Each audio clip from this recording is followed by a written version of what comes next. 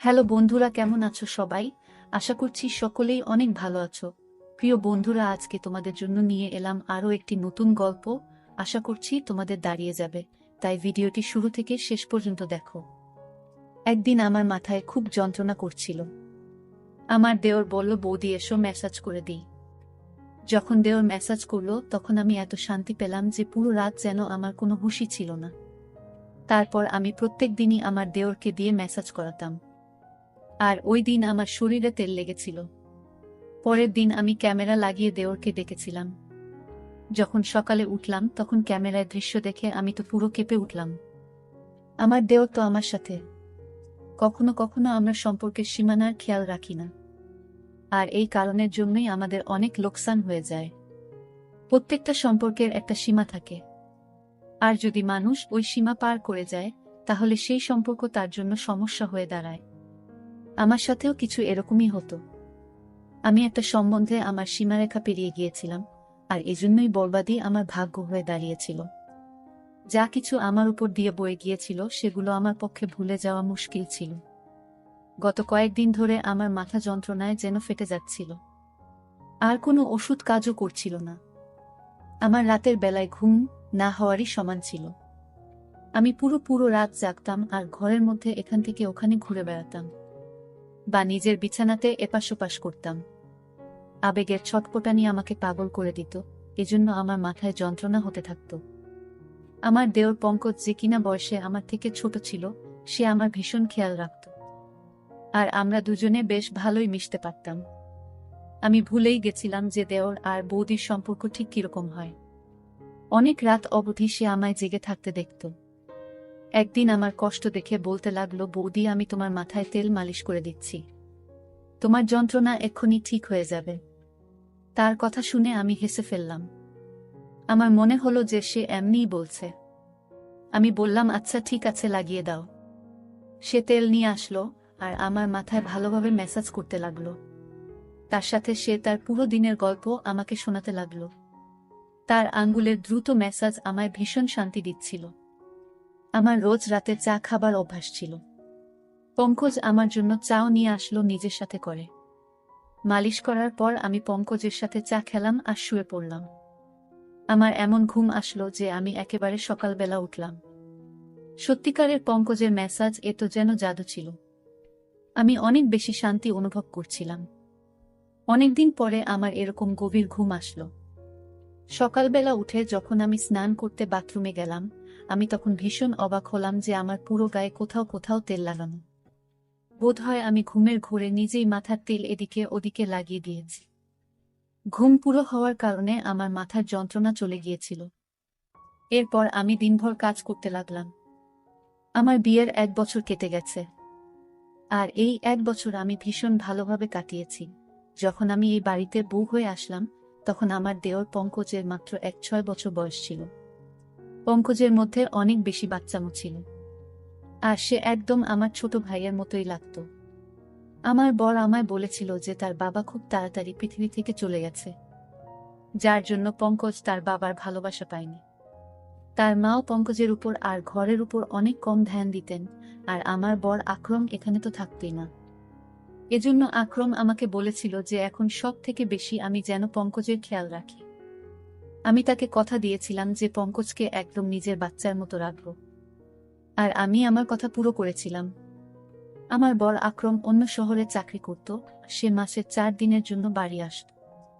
বাকি পুরো মাসে আমি আমার ছোট দেওর পঙ্কজ আর আমার শাশুড়ির সাথেই কাটাতাম। পঙ্কজ এখন 7 বছরের ছেলে, যে কিনা যুবক হয়ে গেছে। সে আমার থেকে বয়সে মাত্র 4 বছরই ছোট ছিল। সে কলেজ থেকে আসার পর ও বৌদি বৌদি করে আমার আগে পিছনে ঘুরত। আকরামের এখানে না থাকার কারণে আমার বড় ছোট সব কাজ পঙ্কজেরই দায়িত্বে ছিল। পঙ্কজ কলেজ থেকে আসার পর আমার কাজ করে দিত, আর তারপর আমারই সাথে সময় কাটাত। পঙ্কজের সাথে থাকতে থাকতে আমি একটা ব্যাপার অনুভব করেছিলাম, যে সে আকরামকে পছন্দ করত না। এমনকি তার কথা উঠলেও সে সেখানে চুপ করে যেত, অথবা কথা বদলে দিত। আমি তার থেকে জানতে চাইতাম যে আকরমের থেকে তার কিসের সমস্যা, কিন্তু আমি কখনো এই প্রশ্নটা করতেই পারিনি। আকরামের মা পুরো পুরো দিন পাড়ায় ঘুরে বেড়াতেন, আর সন্ধ্যা হতেই বাড়ি এসে তাড়াতাড়ি শুয়ে পড়তেন। পরের দিন সকালবেলা আবার পাড়ায় বেরিয়ে যেতেন। এজন্য আমার তার দিক থেকে কোনো সমস্যাই ছিল না। জীবন খুব ভালোভাবেই কাটছিল। কিন্তু আকরামকে ছাড়া আমি পুরো রাত ঘুমোতেই পারতাম না, আর পুরো রাত আমি এপাশ ওপাশ করে কাটিয়ে দিতাম। কখনো কখনো মন চাইতো যে আমি নিজেই আকরামের কাছে চলে যাই, কিন্তু এখন এমনটা সম্ভব নয়। এজন্য আমার মাথায় মাঝে মধ্যেই ব্যথা ব্যথা হতো। পঙ্কজ জানতো যে আমার মাথায় ব্যথা, এজন্য প্রথমে তো সে আমার জন্য ওষুধ নিয়ে আসতো। কিন্তু একদিন হঠাৎ সে বলল যে, আপনি কতদিন আর ওষুধ খাবেন মাথা যন্ত্রণা?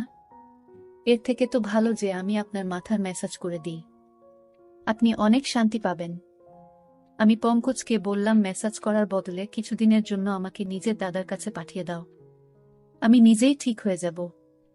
আমার কথা শুনে পঙ্কজ বলতে লাগলো, যদি আপনি চলে যান তো আমার কি হবে? আমি তো আপনাকে ছাড়া থাকতেই পারি না। তার কথা শুনে আমি জোরে জোরে হাসতে লাগলাম। সে আমার সাথে এভাবেই কথা বলতো। সত্যিই পঙ্কজের সাথে থেকে আমার একটা অভ্যাস হয়ে গিয়েছিল তার। আমরা দুজনে মাঝে মধ্যে ঘুরতে বাইরে চলে যেতাম। সে রাতের বেলা আমার জন্য আইসক্রিম নিয়ে আসতো, আর আমরা দুজন মিলে রাতভর একসাথে সিনেমা দেখতাম। আমি পঙ্কজের সাথে কেনাকাটা করতে যেতাম। তখন সে আমাকে অনেক মডার্ন আর ফ্যাশনেবল জামা কাপড় কিনতে বাধ্য করত। ঘরের মধ্যে তো সে আমাকে ওড়না গায়ে দিতেও দিত না। আমি যখনই ওড়না নিয়ে কাজ করতাম তখন সে আমার গায়ের ওড়না টেনে একদিকে ফেলে দিত। সে বলতো, আপনি এটা এত গরমের মধ্যে কি করে পরে কাজ করেন? সে প্রত্যেকটা কথায় আমার অনেক বেশি চিন্তা করত। সে হালকা রঙের জামা কাপড় পরতে বেশি পছন্দ করত। এই জন্য আমি যখনই তার সাথে বাজারে যেতাম তখনই সে আমার জন্য হালকা রঙের কাপড় পছন্দ করত আর কেনাত। আর তার সেলাইও ভীষণ ফ্যাশনেবল ভাবে করিয়ে আনত। আমার জামা কাপড়ের ব্যাপারে তার অনেক রুচি ছিল। আমি প্রায়ই তাকে বলতাম যে তার বউতো যে তার বর তাকে পছন্দমতো জামা কাপড়ের ডিজাইন বানিয়ে দেবে। আমার কথা শুনে সে বলতো যে, আপাতত আপনি ভীষণ সৌভাগ্যবতী যে আমি আপনার জন্য এত মেহনত করি। আর সত্যিই আমি অনেক সৌভাগ্যবতী ছিলাম, কেননা আমাকে সে কখনো কোনো কাজের জন্য না বলতো না। সে আমার অনেক জামা কাপড়েই ডিপ করে ডিজাইন দেওয়া গলা বানাত, বড় বড় পিঠের ডিজাইনও বানাত, যেগুলো মাঝে মধ্যেই আমার কোমর পর্যন্ত চলে যেত। আর কামিজ এতটাই টাইট ফিটিং হতো যে কখনো কখনো তো নিঃশ্বাস নিতেও আমার কষ্ট হতো। কিন্তু পঙ্কজ এরকম জামা কাপড় ভীষণ পছন্দ করত। আমি ওকে আমার বাচ্চার মতো করে রাখতাম। এই জন্য কখনোই তার পছন্দের জামা কাপড় পরার জন্য আমি না করতাম না। হালকা গোলাপি রঙের জামা কাপড় পরে আমি একদিন রান্নাঘরে কাজ করছিলাম। অনেক বেশি গরম ছিল সেদিন, আর আমার পুরো শরীর ঘামে ভিজে যাচ্ছিল, যার জন্য আমার জামা কাপড়ে যেন আমাকে পুরোপুরি দেখা যাচ্ছিল। আর আমি ওড়না ছাড়া তাড়াতাড়ি খাবার তৈরিতেই মগ্ন ছিলাম। তাই হঠাৎই যখন সে পেছন দিক থেকে চলে আসলো আর আমাকে দেখে বলতে লাগলো, আজকে তো আপনি ভীষণ হট লাগছেন। ওর এই কথায় আমি লজ্জা পেয়ে গেলাম আর তাড়াতাড়ি আমার ওড়না খুঁজতে লাগলাম। তখনই সে বলতে লাগলো যে, আমি তো মজা করছিলাম বৌদি, আপনি আরাম করে নিজের কাজ করুন। আর সে রান্নাঘর থেকে চলে গেল। আকরাম যখন আমার সাথে দেখা করতে আসতো তখন ওই কদিন পঙ্কজ আমার সাথে অনেক কম কথা বলতো, আর পুরো দিন সে পড়ার মধ্যেই মন দিত। আকরাম ভীষণ খুশি হতো যে পঙ্কজ অনেক মেহনত করে পড়া করছে। আর আমিও ওই দিনগুলো আকরামের সাথে এতটা মজে থাকতাম যে পঙ্কজের বদলে যাওয়া আমার চোখেই পড়তো না। আকরাম শুধুমাত্র 4 দিন আমার সাথে কাটিয়ে তারপর চলে যেত, আর তারপর পঙ্কজ আবার আমার সাথে আগের মতোই ব্যবহার করত। সে আমার ব্যাপারে অনেক জেদি ছিল। সে চাইতো সে আমাকে যা খুশি বলুক। ওর এক বন্ধুর ভাইয়ের বিয়ে ছিল, সে আমার পেছনেই লেগেছিল যে আমি যেন ওর সাথে যাই। প্রথমে তো আমি না বলে দিলাম, কিন্তু যখন দেখলাম যে সে দুঃখী হয়ে আছে তখন আমি সঙ্গে সঙ্গে হ্যাঁ বলে দিলাম। কিন্তু আমি এটাই ভাবছিলাম, সে তার বন্ধুর ভাইয়ের বিয়েতে আমি গিয়ে কি করব। কিন্তু ওখানে গিয়ে আমি ভীষণ অবাক হলাম। ওর সমস্ত বন্ধুরা আমাকে ভীষণ ভালোভাবেই জানত, আর এমনভাবে আমার সাথে কথা বলছিল যেন আমরা অনেকবার দেখা করেছি। ওরা বলল, সব সময় পঙ্কজ আপনার কথাই বলতে থাকে, আর সে আপনার ভীষণ প্রশংসা করে। তারা সবাই আমার সাথে আবার দেখা করার জন্য জেদ করতে লাগলো, ইচ্ছা প্রকাশ করতে লাগলো। ফেরার সময় আমি পঙ্কজকে বললাম যে তুমি তোমার বন্ধুদের আমার ব্যাপারে কি কথা বলেছ যে সবাই আমাকে এত ভালোভাবে চিনেছে। পঙ্কজ বলতে লাগলো যে আপনি তো আমার সবকিছু, আমি তো সবসময় আপনার কথাই বলতে থাকি। ওই সময় পঙ্কজের কথার মানে আমি বুঝতে পারিনি, কিন্তু যেদিন আমি তার ওই কথার মানে বুঝতে পারি, আমার পায়ের তলা থেকে মাটি সরে গিয়েছিল। পঙ্কজ রোজ রাতে আমার মেসেজ করত, আর আমি আরাম করে ঘুমিয়ে যেতাম, কিন্তু যখন আমি আমার গায়ে পরের দিন জায়গায় জায়গায় তেলের দাগ দেখতাম, অবাক হয়ে যেতাম। আর এই জন্যই একদিন আমি ঘরের মধ্যে ক্যামেরা লাগালাম আর পঙ্কজকে দিয়ে মাসাজ করাতে লাগলাম। ম্যাসাজ করানোর কিছুক্ষণের মধ্যেই আমি প্রত্যেকবারের মতো ঘুমিয়ে পড়লাম, আর সকালবেলা উঠে যখন ক্যামেরার রেকর্ডিং দেখলাম তো আমার নিঃশ্বাস প্রশ্বাস যেন বন্ধ হয়ে যাচ্ছিল। আমি ভাবতেও পারিনি যে পঙ্কজ আমার সাথে এরকম করতে পারে। আমি তো পঙ্কজকে অনেক বেশি ভরসা করেছিলাম, আর তাকে আমি নিজের ছোট ভাই ভাবতাম, কিন্তু সে তো দেওর বৌদির সম্পর্কের সম্মান রক্ষা করতে পারল না। ভিডিওতে পঙ্কজ আমার ভালোভাবে মেসাজ করছিল, তারপর সে আমার জন্য চা বানিয়ে আনলো, আর চা খাওয়ার পর পঙ্কজ ঘর থেকে বেরিয়ে গিয়েছিল, আর আমি ঘুমানোর জন্য শুয়ে পড়েছিলাম। কিছুক্ষণ পরে আমার এত গভীর ঘুম এসে গেল, তখন পঙ্কজ দ্বিতীয়বার দরজা খুলে ঘরে আসলো, আর আমি দরজা খোলার আওয়াজেতেও উঠিনি। সে ঘরে আসার পর ঘরের দরজা বন্ধ করে দিল, আর আমার কাছে চলে আসলো। এরপর আমি যা কিছু দেখলাম আমি নিজের চোখে বিশ্বাস করতে পারিনি। পঙ্কজ কিছুক্ষণ তো চুপচাপ বসেছিল, আমাকে সে দেখছিল। এরপর সে নিজের আঙ্গুল দিয়ে আমার চেহারা ছুঁতে লাগলো। সে তার মোবাইল ফোন বের করে আমার অনেক ফটো তুলল, আর তারপর সে আস্তে আস্তে আমার শরীর থেকে কামিজ সরালো। তেলের সেই শিশি যেটা সে মাসাজের জন্য এনেছিল ঘরের মধ্যেই রাখা ছিল। সে নিজের হাতে তেল নীল আর আমার গায়ে মাসাজ করতে লাগলো। আমি জ্ঞান হারিয়ে ওর সামনেই পড়েছিলাম, আর সে আমার গায়ে নিজের হাত ঘোরাচ্ছিল। কিছুক্ষণ পরে আমাকে চুমু খেতে শুরু করলো, আর তারপর সে নিজের সমস্ত সীমারেখা ছাড়িয়ে গেল। সে আমাদের মাঝে দাঁড় করানো সমস্ত আবরণের দেওয়ালকে ভেঙে দিয়েছিল। সে আবেগ সামলাতে না পেরে এতটাই এগিয়ে গেল যে কয়েক ঘন্টা পর্যন্ত সে আমার সাথে ছিল। আমি তার সামনে জ্ঞানহীন অবস্থায় ছিলাম, আর সে পুরোপুরি জোশপূর্ণ ছিল। বেশ কয়েক ঘন্টা আমার সাথে কাটানোর পর ও যেভাবে এসেছিল সেভাবেই ফেরত চলে গেল।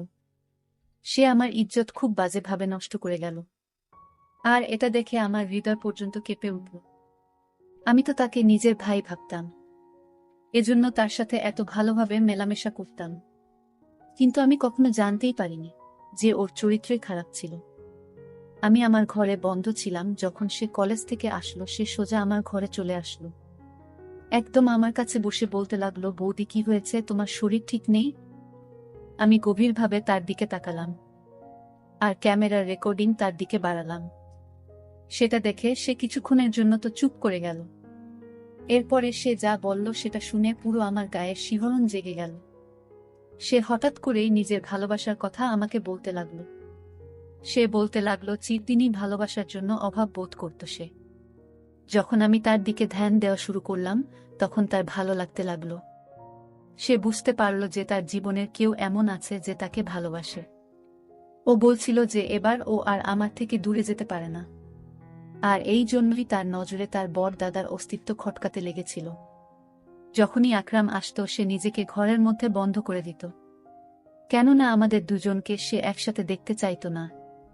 আকরামকে তো সে এভাবেই প্রথম থেকেই ঘৃণা করত, কেননা আকরামের বাবা আকরামকে অনেক ভালোবাসত, আর মরার আগে উনি এই ঘরটাও আকরামের নামে লিখে দিয়েছেন। আমার আর আকরামের সঙ্গ তার হৃদয়ে কাটার মতো বিঁধত। তাই যখনই আমার জন্য সে কেনাকাটা করত সে ইচ্ছে করেই আমার জন্য এই ধরনের জামা কাপড় কেনাত, যাতে আমাকে সে পরিষ্কারভাবে দেখতে পারে। সে হালকা রং পছন্দ করত না, বরং হালকা রঙের মধ্যে দিয়ে উকি দেওয়া আমার দেহাকর্ষণ তাকে আকৃষ্ট করত।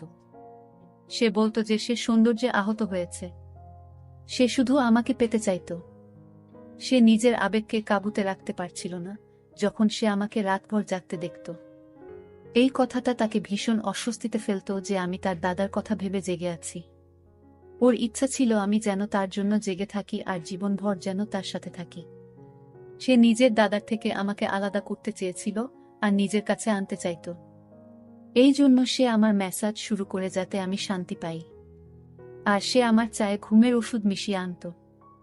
আর যখন তার বিশ্বাস হতো যে আমি গভীরভাবে ঘুমিয়ে গিয়েছি তখনই সে আমার ঘরে চলে আসত আর নিজের পিপাসা মিটিয়ে চলে যেত। সে নিজের বন্ধুদেরও ওই কথাটা বলেছিল যে সে আমাকে ভালোবাসে, আর ওর বন্ধুরাই ওকে এই ধরনের পরামর্শ দেয়। পঙ্কজ আর তার বন্ধুরা বয়ঃসন্ধির দরজায় উপস্থিত ছিল, এই জন্য তারা ঠিক আর ভুল কি সেটা বুঝতে পারত না। আমার ইজ্জত নিয়ে বসেছিল সে। পঙ্কজের কথা শুনে তো আমার চোখ দিয়ে জল বেরিয়ে আসল। সে এই সমস্ত করে ফেলেছিল আর আমি ছিলাম তার দাদার বউ, আর সে আমার বিছানা পর্যন্ত এসে গেছিল। আমি লজ্জায় জল হয়ে যাচ্ছিলাম। আমি ঘৃণায় পঙ্কজের দিকে তাকালাম। তখন সে আমার পায়ের কাছে বসে পড়ল আর বলতে লাগলো সে শুধু আমাকে ভালোবাসে আর আমার ঘৃণা ওকে মেরে ফেলবে। বাবার ছেড়ে চলে যাওয়ার সাথে সাথে সে নিজের মায়ের অদ্ভুত ঔদাসীন্য সহ্য করতে পারেনি। সে বলতে লাগলো তার মাও কখনো তার আবেগ আর তার ইচ্ছের খেয়াল রাখত না। তার বদলে তার মা গোটা পাড়ায় ঘুরে বেড়াত, আর তাই সে পুরোপুরি একাকিত্বের শিকার হয়েছিল। যখন আমি এই বাড়িতে আসলাম তখন তার একাকিত্ব দূর হল, সে নিজে নিজেই আমার সাথে মিলেমিশে গিয়েছিল। আমি পঙ্কজকে ধাক্কা দিয়ে আমার পায়ের কাছ থেকে সরিয়ে দিলাম। আমি তার মুখও দেখতে চাইছিলাম না। সে আমার সাথে যা করেছে আমি তাকে কখনোই ক্ষমা করতে পারতাম না। আমি জানতাম এতে পুরো ভুল পঙ্কজের ছিল না। সে সত্যিই সম্পর্কের জন্য মরে যাচ্ছিল, আর আমাকে পেয়ে সে সীমানা ভুলে গিয়েছিল। আর আমিও তাকে কখনো ঠিক আর ভুল কোনটা তা বলিনি। সে যখনই আমার জন্য জামা কাপড় সেলাই করাতো তখন আমি সেটা ওর পছন্দ ভেবে মেনে নিতাম। আমি ওড়না ছাড়াই তার সামনে ঘরে ঘুরে বেড়াতাম। আমি তাকে নিজের ছোট ভাই অবশ্যই ভাবতাম, কিন্তু বাস্তবে সে তো আমার ছোট ভাই ছিল না। তার আর আমার সম্পর্ক ছিল দেওর বৌদির। আর আমি এই ব্যাপারটাই খেয়াল করিনি।